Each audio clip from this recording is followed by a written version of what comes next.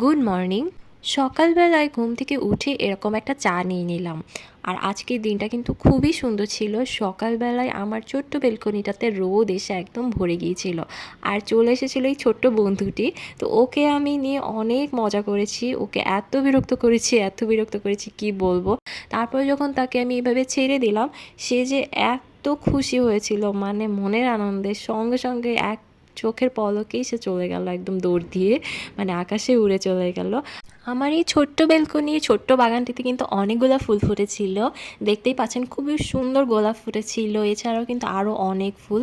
যদিও এই বাগানটার রিয়েল মালিক আমি না, মানে আমার শাশুড়ি আম্মুই সব গাছগুলো কিনে আনেন এবং আমাদের হেল্পিং হ্যান্ডগুলো গাছের যত্ন নেন এবং গাছগুলো লাগায়।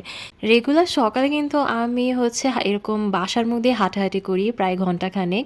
মাঝে মাঝে ২ বেলা করেও হাঁটাহাঁটি করি। তোমরা হয়তো সবাই একটু এটা নিয়ে মজা করতে পারো। বাট আমার কাছে হাঁটাহাঁটি করলে খুবই ভালো লাগে, কারণ সারাদিন বাসায় থাকলে তো একটু ওয়েট বেড়েই যায়, তাই না? তো হাঁটাহাঁটিটা করলে ওয়েটটা আর অত বেশি বাড়ে না।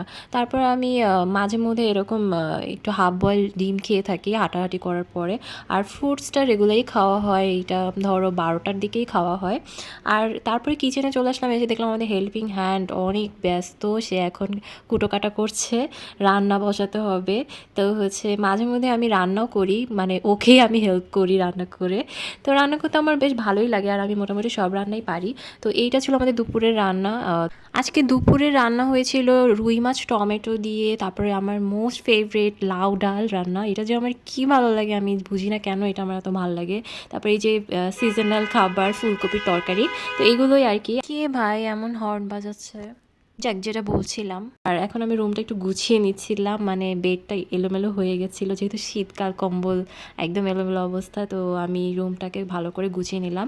এটা আমি প্রতিদিনই করি, মানে রুমটাকে একটু ফিটফাট রাখার চেষ্টা করি, তাহলে মনটা অনেক ভালো লাগে গুছানো গাছানো দেখলে পরে। তো এভাবে গুছিয়ে নিচ্ছিলাম, আর গুছানোর পরে আমি শাওয়ার নিব, দেন নামাজ পড়বো, তারপরে লাঞ্চ করব আমরা সবাই। এরপর লাঞ্চ করে একটু রেস্ট করলাম, তারপরে রেডি হয়ে গেলাম, মানে এখন আমরা বাইরে যাচ্ছি। আর বাইরে যাচ্ছিলাম আমি আর আমার শাশুড়ি আম্মু কিছু গাছ কিনতে বাসার জন্য। আর আমরা এরকম হুটহাট মাঝে মাঝেই বাইরে যাই, গিয়ে একটু শপিং করি, তারপরে মালাই চা খেতে যাই। আমার চ্যানেলে আপনারা যদি ব্লগগুলো দেখেন তাহলে বুঝতে পারবেন যে মাঝে মাঝেই আমরা এরকম ঘোরাঘুরি করি। তো বেশ ভালোই লাগে, দুইজনই খুব এনজয় করি, আর আমরা অনেকটাই ফ্রেন্ডের মতো, অনেক গল্প করা হয়। তো এভাবে আমরা গাছের দোকানে চলে আসলাম। বাসার পাশে এই নার্সারিটা ছিল, তো খুব তাড়াতাড়ি চলে এলাম।